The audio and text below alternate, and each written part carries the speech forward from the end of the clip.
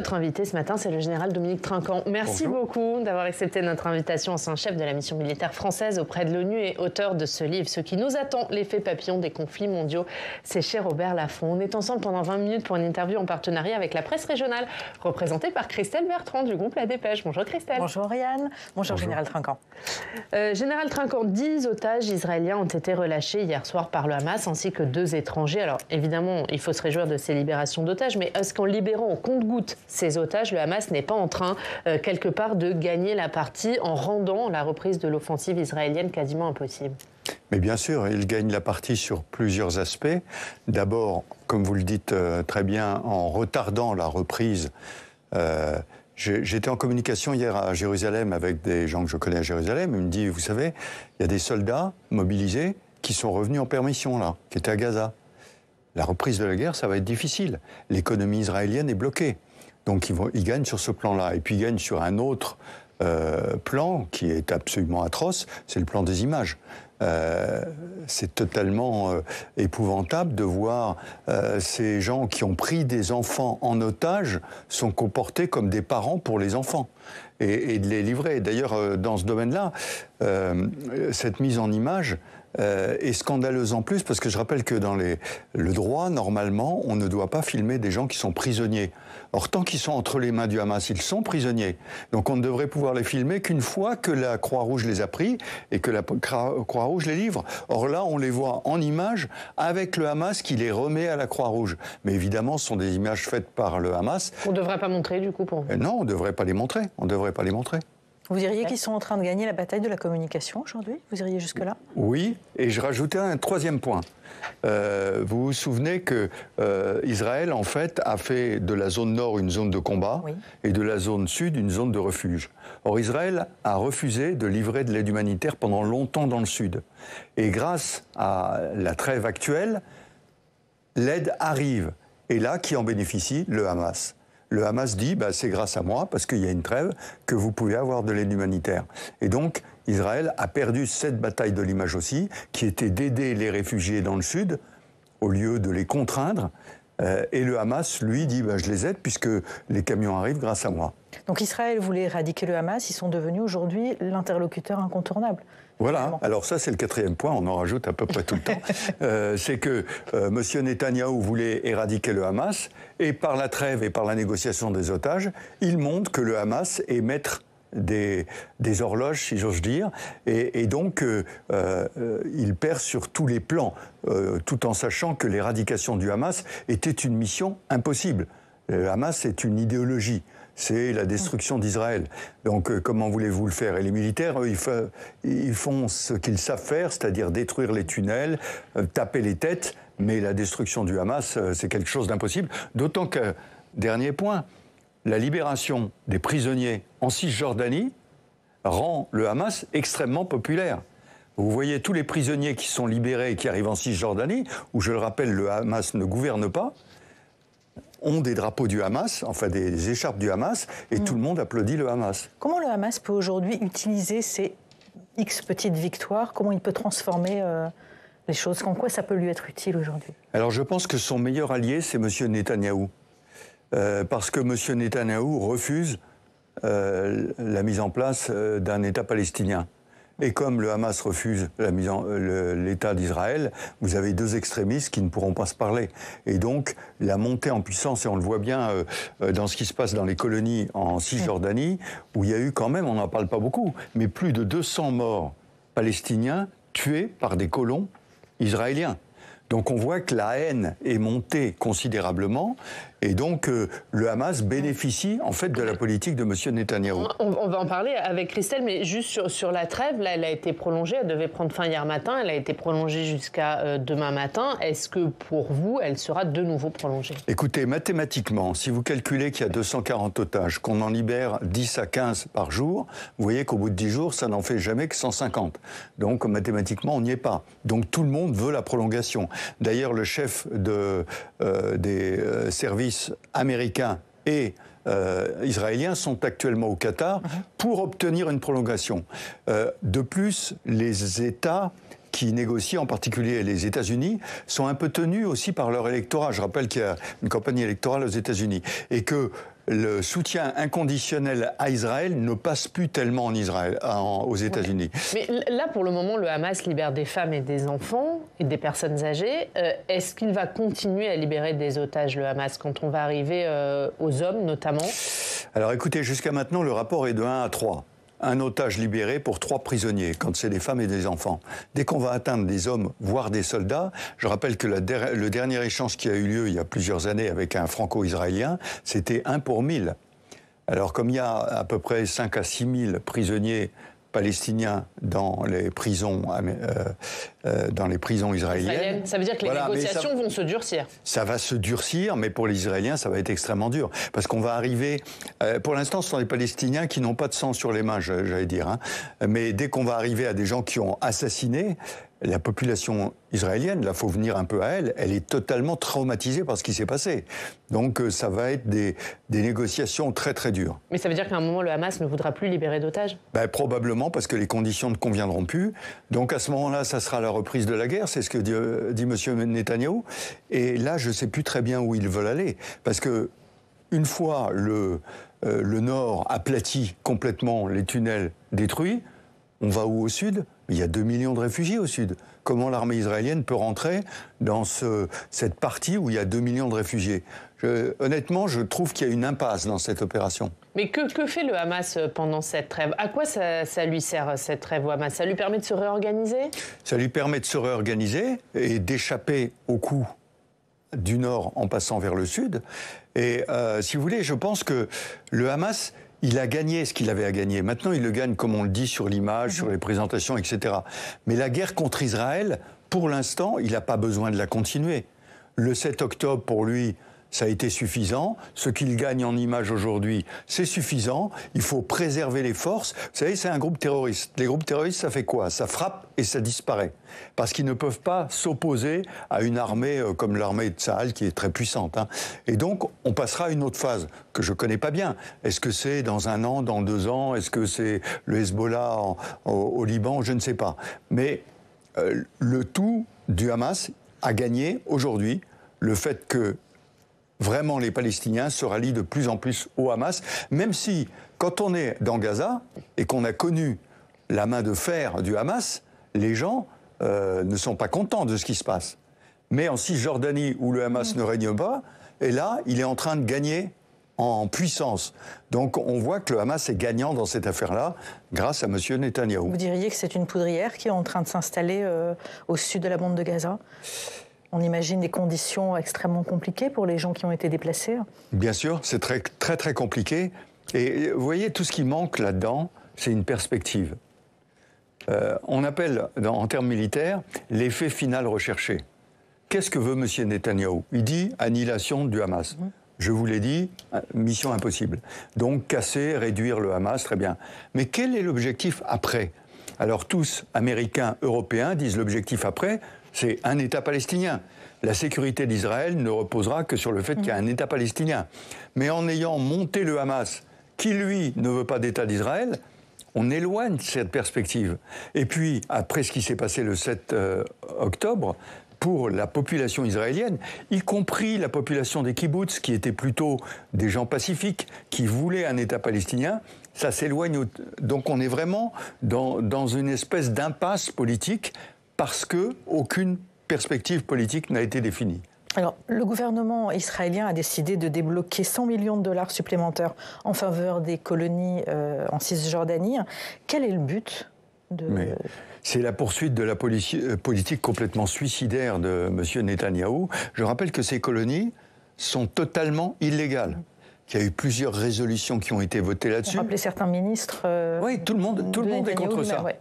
Alors, si vous voulez, moi j'allais dire, s'ils sortent le carnet de chèques, eh bien, création d'un État palestinien, suppression, et ça est très dur parce que les colons sont prêts à se défendre avec leurs armes, suppression des colonies, et carnet de chèques de l'Arabie Saoudite, des Émirats, qui est, pardonnez-moi, mais un peu plus épais que celui d'Israël. Parce qu'il n'y a que comme ça qu'on peut s'en tirer. Mais on est dans une situation difficile qui va se régler difficilement et dans la durée, et qui ne se réglera pas sans des pleurs et des grincements de dents, comme il est écrit dans la Bible.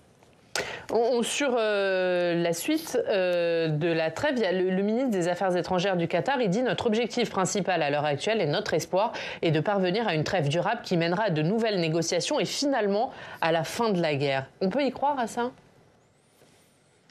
Écoutez, on est vraiment dans le court terme, là.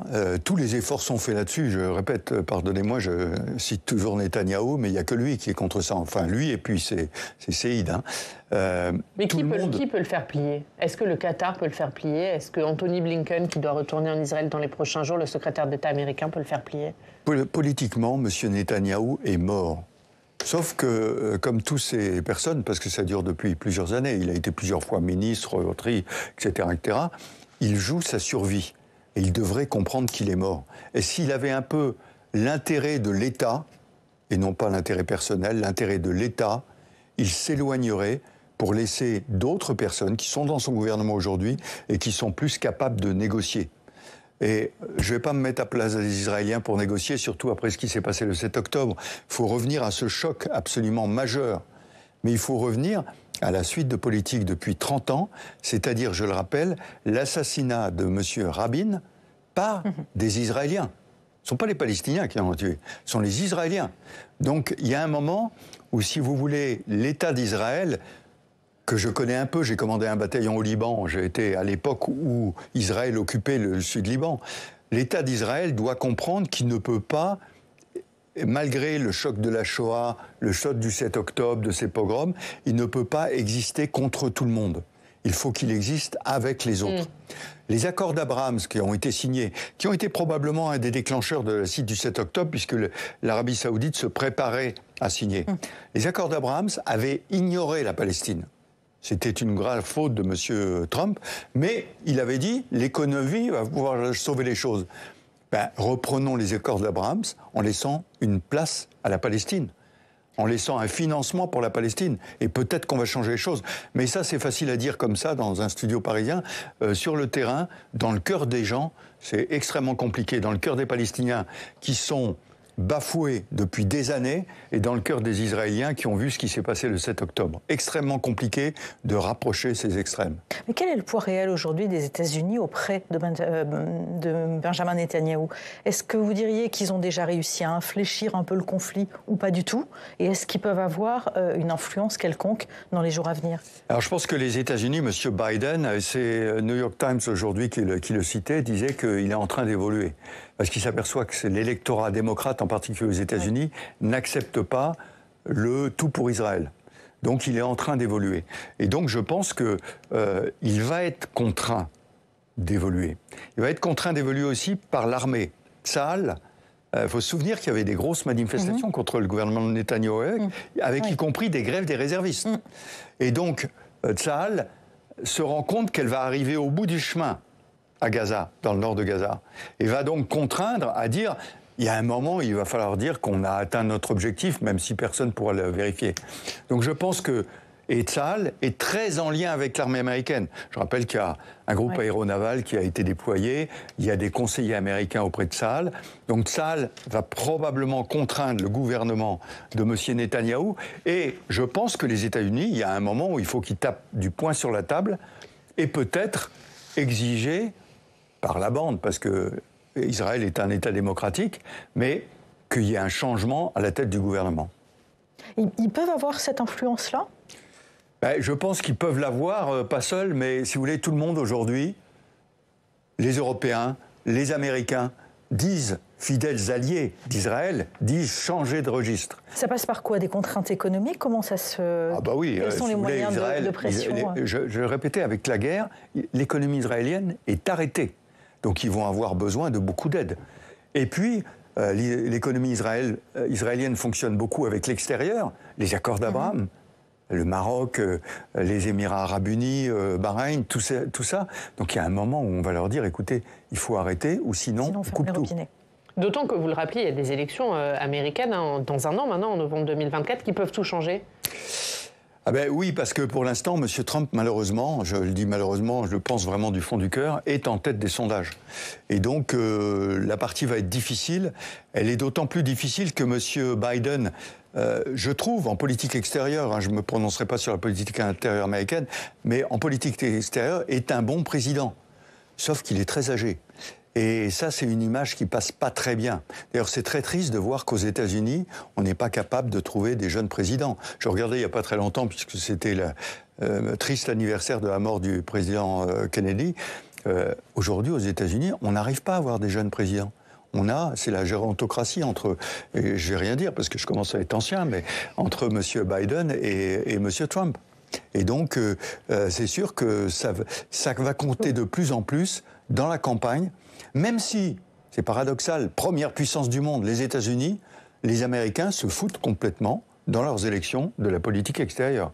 Ça n'a absolument aucun impact sur le vote qui va aller dans les urnes. Mais en revanche, de qui gagnera en novembre 2024, ça aura un réel impact sur nous tous. Entre Israël et le Hamas. Sur nous tous.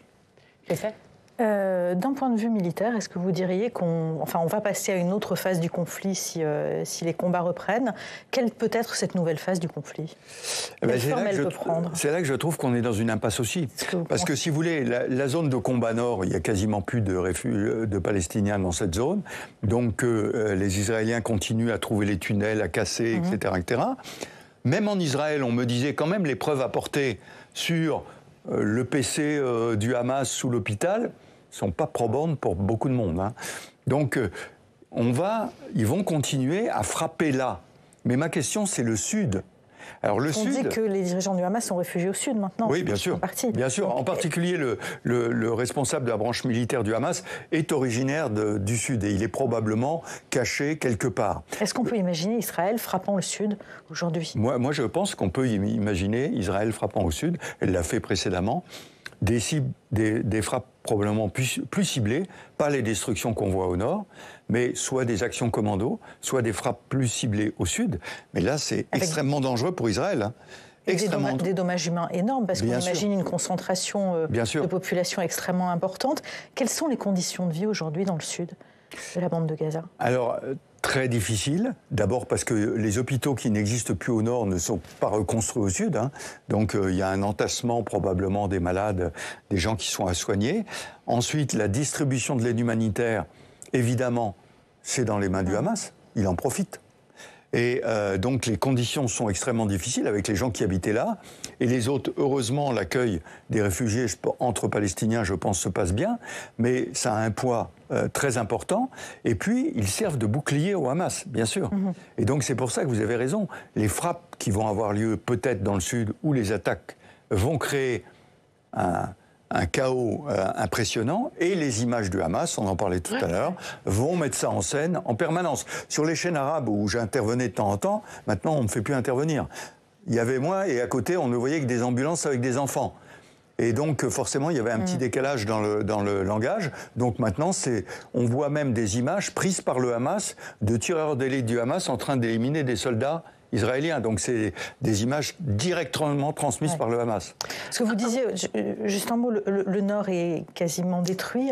Est-ce qu'on peut imaginer que les populations du sud restent là finalement assez longtemps? La reconstruction va être extrêmement compliquée, alors personne n'en parle aujourd'hui. C'est en discussion aujourd'hui, la reconstruction, déjà, d'ores et déjà, ou pas encore? Pour l'instant, on est dans le court terme, arrêter les combats et passer à autre chose. Et quand on passera à autre chose, il y aura reconstruction, il y aura tout ça. Et je suis persuadé qu'il y a plein d'argent qui arrivera, mais l'argent, ça ne fait pas pousser un immeuble en une semaine. Hein. Donc ça va être compliqué. Donc ça veut dire que les gens vont rester dans le sud de la bande de Gaza très longtemps? Oui, parce que l'Égypte ne veut pas les accueillir. Israël, évidemment pas. On ne va pas les transporter tous en Cisjordanie, même si on pourrait les transporter, en fait, dans les colonies juives en Cisjordanie. Pardonnez-moi, là, tout le monde va me fusiller, mais c'est comme ça. Pourquoi pas? Après tout, cette implantation est illégale. Comment la rendre légale en mettant des Palestiniens dedans? Mais bref, on n'en est vraiment pas là pour l'instant. C'est comment on arrête ce qui se passe aujourd'hui. Un mot sur la France et le rôle de la France, puisque pour la première fois lundi soir, des enfants français otages ont été libérés. Est-ce que c'est à mettre au crédit de la diplomatie française? Ah bah écoutez, le président avait dépêché M. Lecornu, qui a passé une semaine à négocier, à faire les allers-retours entre le Qatar, entre Israël, l'Égypte. Et donc, je pense que c'est à mettre à son crédit.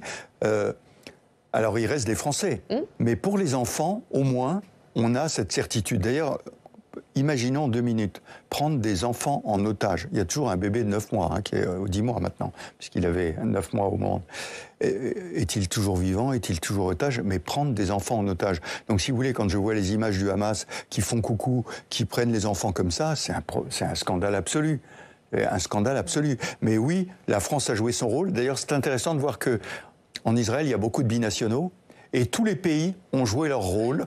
Mais je crois que la France, avec un ministre de poids, M. Lecornu, qui est allé négocier là-bas, faut rappeler qu'on a des rapports particuliers dans le domaine de la défense. La France est présente au Liban avec la FINUL. Il y est allé pour marquer que la France était présente. On a une base en Jordanie, on a une base aux Émirats Arabes Unis. On a mis des bateaux au large, donc avec des capacités très rapidement. Le couteau suisse qui est le porte-hélicoptère, puis le Dixmude qui est venu le remplacer avec des capacités. Donc la France est présente dans la zone. Et c'était important. Et je crois que le résultat, effectivement, sont ces 3 enfants, heureusement, qui ont été relâchés. Et justement, cette présence, elle est marquée aussi, vous l'avez dit, par ce navire militaire français médicalisé qui a accueilli hier les premiers blessés. Est-ce que la France en est réduite à faire de l'humanitaire sans pouvoir réellement peser sur le cours de la guerre ? Écoutez, je crois que la France fait ce qu'elle peut dans un environnement qui la concerne. Je rappelle le Liban, ayant servi là-bas, je sais le poids de la France au Liban. Donc elle peut aussi, avec les contacts qu'elle a, le Hezbollah, mais le gros poids, c'est évidemment les États-Unis. Vous diriez que Emmanuel Macron a perdu la main dans la médiation qu'il espérait pouvoir mener? Alors, sur les otages, non. Sur les otages, non. Mais je pense que, comme toujours, moi je suis un fervent européen, et je pense que le président Macron, au sein de l'Europe, peut peser pour que l'Europe, en son entier, pèse du bon côté de la balance. Mais que la France soit là à négocier, non. Alors il y a monsieur Jean-Yves Le Drian qui a été nommé pour s'occuper du Liban, donc ça montre que la France est toujours présente. Quand vous allez au Liban, vous savez que la France est toujours dans le cœur des Libanais. Mais je pense que sur la crise, globalement, alors c'est l'effet papillon que je décris dans mon livre, on est sur un autre sujet. Pourquoi est-ce que les États-Unis ont déployé tant de moyens? Parce que c'est la peur de l'Iran, la peur de l'escalade. Il faut noter que pendant la trêve, les attaques contre les bases américaines en Irak se sont arrêtées. Donc vous voyez le lien évident. Vous voyez aussi que le Hezbollah a fait le discours qu'il fallait, c'est-à-dire a dit « nous, on n'escalade pas ». Donc on est en train de maintenir la pression de façon à ce qu'elle soit gérable. Mais à l'évidence, ce sont les États-Unis qui doivent gérer ça avec Israël. Est-ce que vous diriez qu'Emmanuel Macron a eu du mal à trouver un positionnement depuis le début de ce conflit? Il a changé de positionnement politique. Mais tout le monde, il a évolué. Je le disais à propos de M. Biden il y a 5 minutes. Tout le monde a eu du mal. Parce que, oui, Israël a le droit de se défendre. Mais se défendre comme ça, on dépasse un peu les bornes. Deuxièmement, il y a les Palestiniens et la réalité de la création d'un État palestinien pour lequel on a tous voté au Conseil de sécurité. Donc on ne peut pas revenir en arrière. Donc on a cette ambivalence. Et puis, il y a le poids des opinions publiques. Pardon ? Il y a le poids des opinions publiques. Tout à fait, j'allais vous le dire. On parlait à propos de l'élection américaine du poids des démocrates. En France, c'est pareil. En France, on a une communauté juive importante, la plus importante d'Europe, dont il faut montrer qu'on s'en préoccupe, mais on a aussi une immigration maghrébine qui, elle, est du côté de la Palestine. Donc on doit gérer les deux. C'est un peu le en même temps, pardonnez-moi, mais on est un peu contraint de faire ça. Et vous diriez que ce conflit provoque des tensions en France ? Il y a des tensions, mais moi, je ne suis pas comme beaucoup de médias qui disent c'est la catastrophe, c'est mal. Il y a des tensions, mais elles sont gérées. Elles sont gérées. Le recteur de la Mosquée de Paris, avec lequel je suis en contact, publie des choses contre l'islamophobie, mais aussi pour dire que ce qui s'est passé le 7 octobre a été épouvantable. Donc voilà, on fait du en même temps. Merci Général Trinquant. Merci beaucoup d'avoir été notre invité. On revoit votre livre, Ce qui nous attend, l'effet papillon des conflits mondiaux. C'est chez Robert Laffont. Merci d'avoir été notre invité. Merci. Et Christelle, la une de la Dépêche, tout autre sujet, c'est le procès de Monique Olivier. L'ex-femme de Michel Fourniret, il m'a utilisé comme objet. C'est à la une de votre journal. Merci Christelle. On passe au Club des Territoires. Merci.